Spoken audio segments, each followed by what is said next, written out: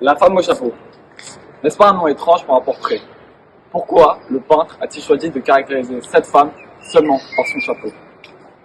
La femme au chapeau est une des œuvres les plus connues du peintre français du XXe siècle, Henri Matisse. C'est une huile sur toile qui fut réalisée en 1905 et qui représente la femme du peintre, Amélie Matisse.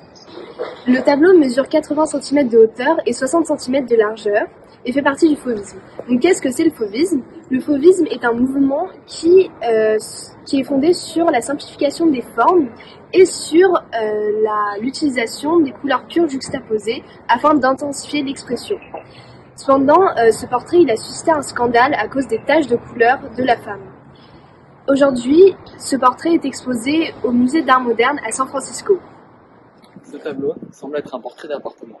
Le modèle étant vêtu à la dernière mode parisienne. Il représente Amélie Matisse, la femme de Matisse, qui occupe ici tout l'espace. Le buste de profil, la tête de trois quarts, elle est peinte assise. Elle est gantée et tient quelque chose qui ressemble à un sac. Sa tête est surmontée d'un chapeau.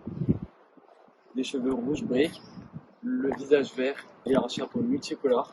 Toutes ces couleurs vont heurter le public du XXe siècle qui n'a pas l'habitude de les voir. Amélie Matisse est assise de profil, la tête tournée vers le spectateur. Elle a un regard tendre et son visage semble calme. Le peintre ne veut pas nous décrire sa femme à travers cette œuvre, mais nous faire ressentir la manière dont il la perçoit. Il veut nous rendre de l'éclat qu'elle crée. Le mode de représentation est simple, typique du fauvisme. En effet, les couleurs sont ici très vives.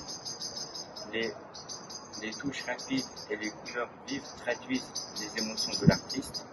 Il n'y a pas d'effet de profondeur et de volume. En somme, nous avons choisi cette œuvre pour son originalité et sa profonde multiplicité de couleurs. Matisse exprime son génie, mais aussi sa vision du portrait, à travers ce tableau dans lequel les couleurs s'opposent brutalement.